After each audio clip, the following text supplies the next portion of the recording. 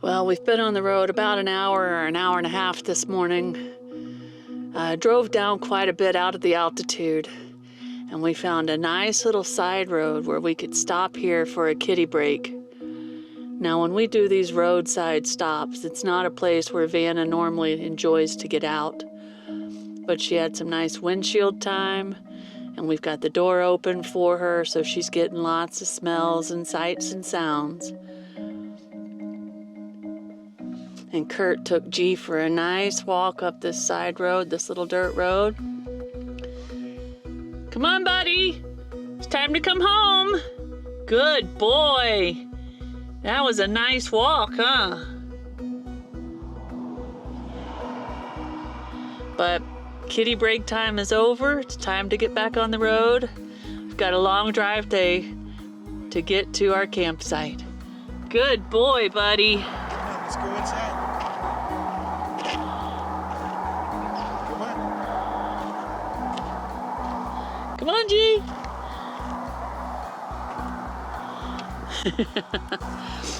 He's not quite ready, huh? We had a good walk.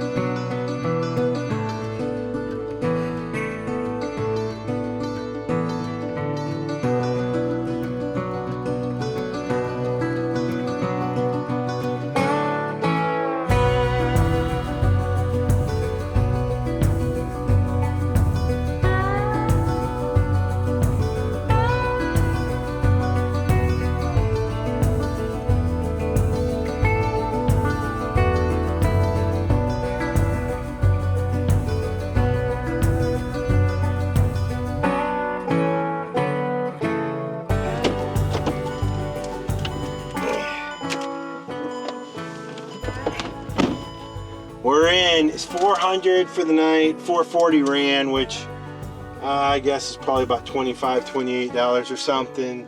Looks like a pretty nice place. No rules. We go through the gate, pick our spot, and we're in here.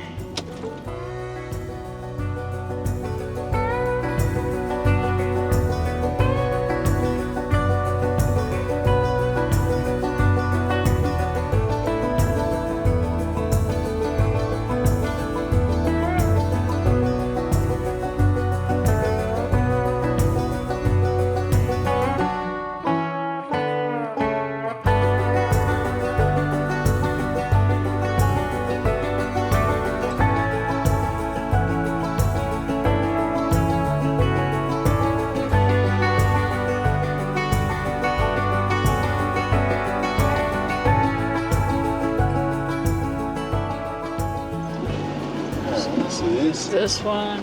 How about right up here? This one right here, it looks like there's by the pool. Either 26 or we can back right into 26 or we can pull straight into 26. Good morning. It has been 3 days since we talked to you guys on camera. The last time we talked to you, we were pulling into a campsite that we were supposed to spend just one night at. But man, it had these big, beautiful trees, this long, windy driveway, birds chirping everywhere, and nobody else there. This huge, beautiful campsite next to this little river with no one there. So what'd we do? We hunkered down for 3 days. The cats loved it, Yeah. and so did I. There was lots of birds. I didn't even bother to get the camera out too much. But I did see a couple monkeys. And anyway, it was pretty cool. Yeah, it was. Well, hold on. I think we're getting a little police stop action here. Yeah, that's what's happening. We'll be right back. He waved us on pretty quickly, probably once he saw we were obviously tourists. But anyway, it was a beautiful campsite. It did rain. Some rain came in while we were there, which was more of a reason just to hang out. The cats did love it there, but we have rolled out this morning because we're a little bit on the clock. We used up all of our buffer time at that campsite because we have some reservations coming up in a few days. The Kruger! Yeah, guys, we're headed to Kruger, one of the famous safari national parks, probably the most famous one in the world. So we're super excited about that. But before we get there, the plan is to drive through this region that they kind of call the Panorama Region. It's supposed to be a beautiful drive through the mountains, and it is already turning out that way. And I forgot to mention these beautiful purple trees. They're still out here on the road everywhere, and they were all over the campsite, and they're in full bloom, and they are cool. But the rain continues. So we've got 4 really pretty and amazing stops we wanted to make today to look at some cool stuff along this scenic highway. I don't know if we're going to be able to see it. We'll have to see. We'll have to see if the rain lets up or if the trails are muddy or what's going to happen. But we're going to do our best to take you along and see as much as we can because it is pretty, the parts we can see. You wanted to stay at that pretty campsite forever. You like looking out the window at those birds. I know, it was a nice camp. Today's going to be a good day though, buddy. Got lots of stops scattered out. This is one of those days where our timing may not have worked out too well. I'll tell you why. We've kind of snaked around up into some elevations. We've been coming uphill through the forests, and this is definitely timber country, but we've gotten up into the clouds, and it is thick as pea soup. And every once in a while, we catch a clearing in the clouds, and we can see there is a steep drop off to our left, just on the side of the road. And of course, the roads are wet, and it's raining on and off. So caution is the word, but for a panoramic viewpoint, you need some visibility, and we have none. So I don't know how this thing's going to shake out. We'll see in a few minutes, but fingers crossed we get some kind of break in this weather, because it's tough to see the panorama when you can't see. All right, guys, we got to our intersection, and if you can see here, it is a muddy, windy mountain road, and not a road we want to be on today after a day full of rain and no visibility. So in this panoramic area, there are several waterfalls and other things. So we're going to go on to the next spot. So a little spoiler alert, on our stops planned for the day, there are 3 waterfalls. So skipping one is not the end of the world. We have a chance for 2 more. And I think this was the smallest of the 3. But dirt road is just not in the cards for anything we want to do today, huh, Curdy? Well, it's just potentially too slippery with these windy roads and steep drop-offs and terrible weather. It's just not worth it. No, not worth it. Off to waterfall number 2. Maybe we can get to that one. So the rain and the visibility have been causing us some issues. So we decided to stop off in Sabie and have a coffee or something. And we found this hardware store with a coffee shop and a little cafe. And this was a really kind of a unique place. As you walk in, there's a bunch of antiquities. And we're in kind of a rural area, a lot of forestry, a lot of mining, that type of stuff. And this hardware store had a little bit of everything to accommodate that to anything you need to build in your house. And it's kind of a major hub for all the little towns around. So this place is kind of an institution. And upstairs they have the coffee shops. So the farmers come in from way out in the woods, they'll go get their list together while the wives go upstairs, have a coffee and a sandwich, and there's a little like shop up there with all kinds of like home decor and stuff. So anyway, really fascinating place. I had a milk tart, which is a traditional Afrikaans dessert that I have not had up until now, shame on me. And it was delicious. That was with some cream and coffee. and Snow had like a BLT with some fries and her normal cappuccino. But we needed to make a plan, and that's what we did. And our plan now is to head north, and Snow can tell you more about that. Yeah. So the weather is bad, and that's just a fact of today. But I voted, and I kind of overruled Curt on this one, and I'll tell you why in a minute. He was wanting to call off today's sightseeing mission and just skip this region and maybe go get some editing done, and we're on the lookout for cat food and stuff like that. But these are supposed to be the next two waterfalls on our list are supposed to be really big, beautiful waterfalls that are right on the main road that I can easily get to. Now, these big, beautiful waterfalls normally take a hike that gets me where I can't get to them. So I told Curt, even if it's rainy and foggy and I can't see them good, I still want to try. So he understood that, and we are about to pull in to Mac Falls. So let's see if I can get to this thing and see it at all. We're going to try. All right, guys, it was 50 Rand each, so a total of 100 Rand, about between $5 and $6 for both of us. But we are here. Snow, you excited? I am. It should be about a football field and a half to walk down to this waterfall. It is raining. It has been a long time since we had to pull out the raincoats, but we have pulled them out. We're taking our 360 camera because it's waterproof. But we're going to do our best. We're carrying the umbrella, and we're going to see what we can show you. So let's go.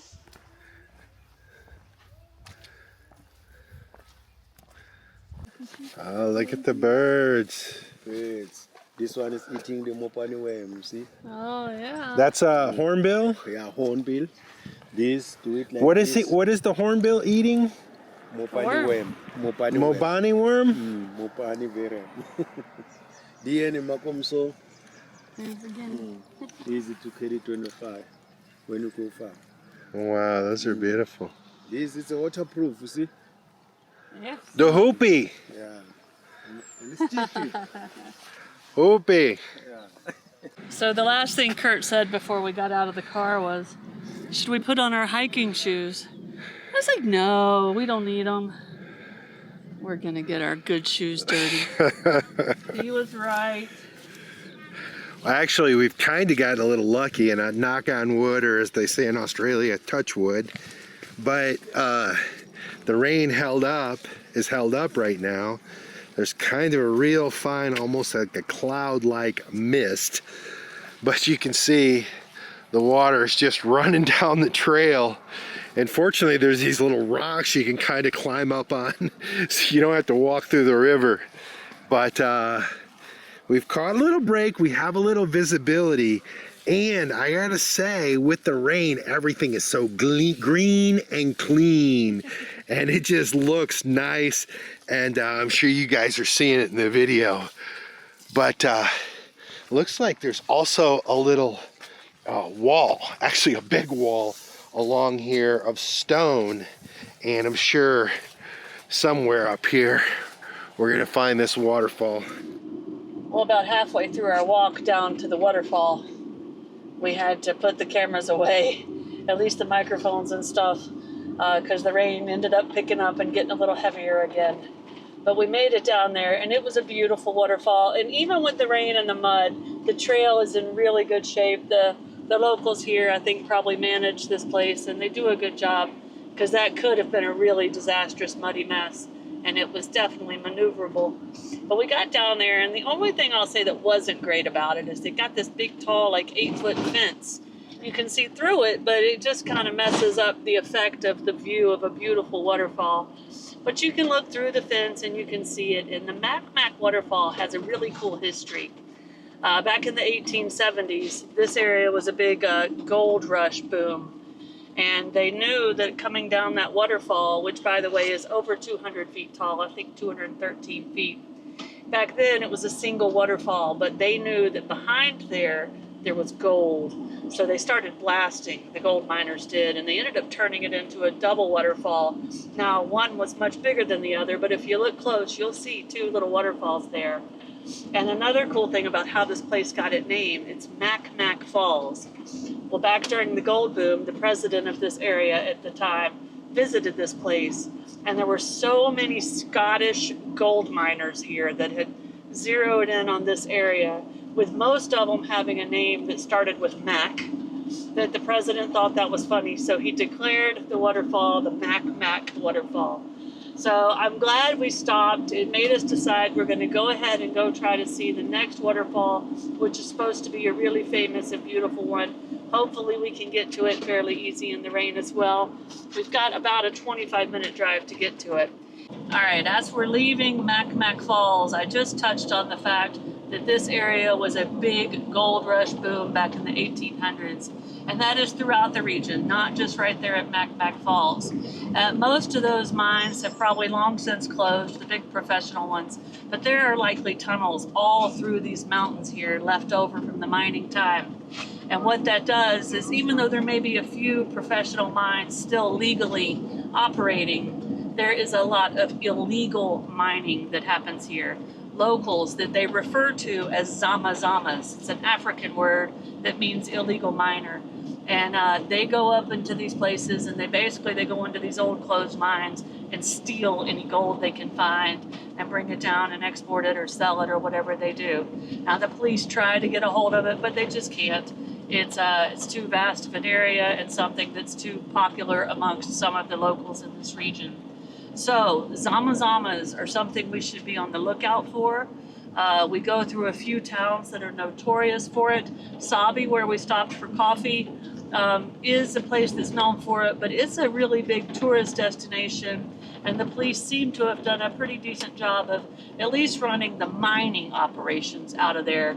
That doesn't mean they don't come through town and do their business, but I think another town would be Pilgrim, and then Graskop or something like that are two towns that are notorious for this. Apparently, I believe Curt has already told you, we are in a timber region, and it's obvious when you look out. There's grown trees, baby trees, cleared trees, teenager trees. This is an industry here. Well, apparently the same type of local will go out onto these timber plantations and illegally harvest the timber. So it's an issue out here. It used to be bad enough that it caused problems for tourism, but it seems like they've got it under control enough that at least the tourists aren't bothered. The zama-zamas don't mess with the tourists, maybe like an agreement of some sort. We just went through the town of Glasgow, and it is definitely a little tourist spot. A small town, but definitely a place that can accommodate the tourists that come up this way. We were only about 6 minutes from the waterfall parking lot we want to go see, and the fog or the clouds or whatever it is just dropped down on us. But we're so close, we're going to keep going and see if there's any chance that it's cleared up here where the waterfall is. Now while we're driving, we just passed a place where we could have turned off to go to something called God's Window.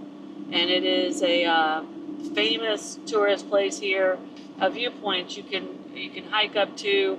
You can see some of it from the road, but the best part would be the hike up to the top. We've heard that on a clear day with binoculars you can see the ocean from here, from God's Window. And guys, we are really far away from the ocean, and it's supposed to be just stunning, but with this weather that is not an option at all, so we've skipped it. But we're gonna try the waterfall, but if we get to the parking lot and it stays this thick, I think we'll probably abort the mission, right, Curt? Yeah, we just can't see right now. I almost stopped a little bit ago because, well, it's just not smart driving like this, but we're almost there. So yeah, we'll maybe hopefully we can get to the waterfall, give it a little peek, and yeah, maybe head out. Yeah. All right, 5 minutes and then we'll decide. We're made a run for it in the rain, and it is getting cold, so this must be a legit cold front that's coming through. But it's a nice little parking lot here where you come to Lisbon Falls. They've got a little craft booth where the locals can sell their goods, but nobody's really interested in trying to sell anything because it's cold and wet. It was 50 Rand a piece to get in, so 100 Rand total, which is around $5-ish. And we made a quick run of it, guys. Luckily, you only have to go like 50 feet. And they've got good viewpoints. Now, there are other trails you could take, but it's just not something we're going to do in this weather. This is the tallest waterfall in this entire province, this region. It is 308 feet. It is beautiful, and it's got these cool looking pools right before on the top of it where the water pools up before it cascades over, and it goes down into what you could tell would be a beautiful river. I wish we would have good weather and be able to show you this better, because it's supposed to be one of the best spots in this region. But we did our best. The raincoats got good use. And now I think we're going to call it a day on sightseeing, and we're going to go to the mission of trying to find cat food before we head off to our next big adventure. So let's go drive on some foggy roads and find some cat food for our monsters. When we were up at the waterfall region, we were up above 5,000 feet in elevation. And as we left there and kind of rerouted and put into our Google Maps, our next spot we're going to, which happens to be a pet store. Fingers crossed they have G's favorite food, because he definitely needs his favorite food. He's telling us all about it. But we had about a 30 or 40 minute drive. I think it's going to take us a little longer than that, because as we were up in the higher elevations, we were in that extremely thick fog, and it was a bit of a scary drive, which we've already showed you. But what's interesting is as soon as we dropped down, maybe 1,000 feet or whatever, it just cleared up right away. And a couple of things happened when we did that. We got into even deeper timber country. I mean, the timber industry is big here. You can see it. Many different types of trees, many different ages of trees. We've been passing log trucks and some lay down yards. Definitely a timber place. And it always looks cool when you come up on them and they got it in those perfect rows, doesn't it, Curt? Yeah, they're mostly eucalyptus, and also there's a lot of I don't know if it's pine or maybe cypress or something like that, but definitely a lot of pine. Yeah. So, and then the next thing that happened, and we should have known this because we had already planned on tomorrow night camping in the town of Hazyview. But we were coming down and we made the turn to go towards the town of Hazyview because we changed our schedule because of the weather, and we're going to head on over there tonight. But it's kind of funny that we saw the Hazyview sign right when the Hazyview went away. Right, Curt? Yeah, so we're going to this town. It is the town that is right outside of Kruger, or one of the Kruger gates. There are many. The Kruger gate we have chosen to entrance view. So we'll be staying at this campsite until it's time to go to Kruger National Park, which, just in case you're wondering, we are a little bit excited about. So we're going to do some grocery shopping, get settled into our camp, and it looks like tomorrow we're going to have a free day because we need to stay close to Kruger because of our reservations, and it's just kind of how the cookie crumbles when the weather messes you up on the road. But it's been a fun drive. Making it up as we go along, that's the norm. I call it a fun drive. Curt was doing the driving. Probably wasn't fun for him, but it was a fun drive for me. About 3 miles or so away from Hazyview, and we've just come down kind of out of the mountains, and as soon as we did, the terrain changed. The big trees went away, and now we're back to the short little bushy shrub, bush trees and bush bushes, all out in here. It definitely, you can tell we're getting closer to a wildlife area because this is what we're used to seeing when we are seeing the wildlife. Another thing we saw this morning some mango trees, which is a little interesting because of the area of the world we're in. You wouldn't think tropical fruits would grow here, but they do. And then just coming out of the mountains there, we came up on huge banana farms. So some sort of a subtropical weather phenomenon happens here, even though we are very, very south of the equator. So it's somehow the wind currents or whatever. But we're almost to the pet store where we surely hope we can find G's favorite cat food.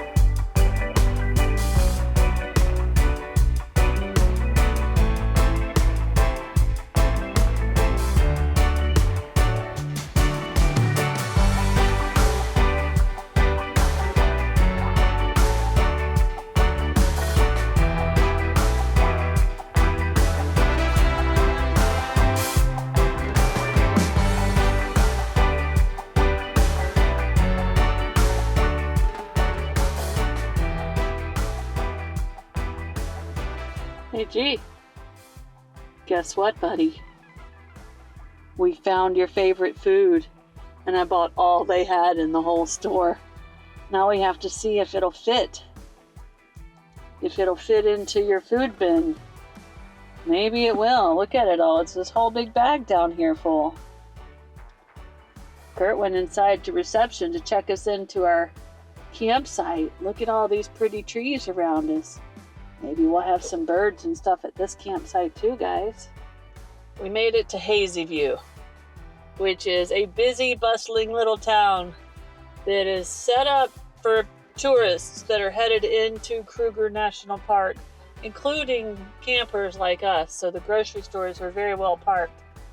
There's lots of little B&Bs, hotels, tour buses all over this little town. But we are checking into, I can't remember the name of this place. I will put it on the screen, where we will stay for 2 nights. Tomorrow we will do some editing and relaxing. We gained a day because of the rain. And then early the next morning, we will be heading into Kruger. Now we got all stocked up at the grocery store. Our cabinets and refrigerator are just about as full as they've ever been. But that's because even though they have shops at the campsites inside Kruger, we expect that the food there will be limited and likely very expensive. So we wanted to go in with everything we could possibly need. So that is done. We will get settled into our campsite. Maybe I'll show you around this camp. We'll see what it looks like. And call it a day. It's kind of nice to have gained a day, a rest day tomorrow before the adventure of the big safaris.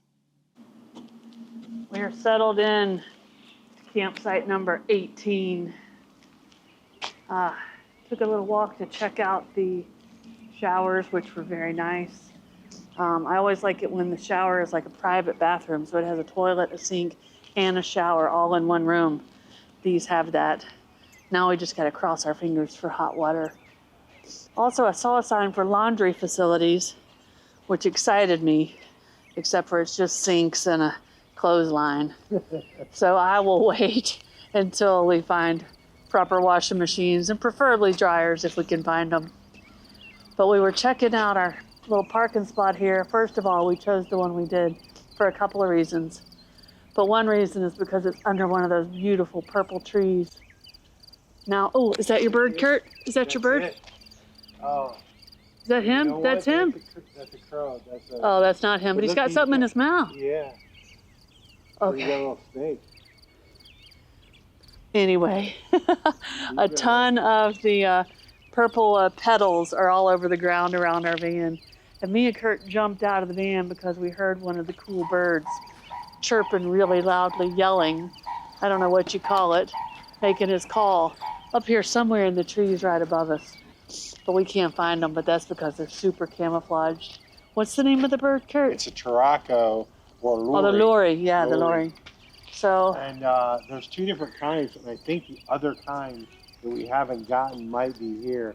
And I've definitely heard them, but they are camouflaged and hard to find.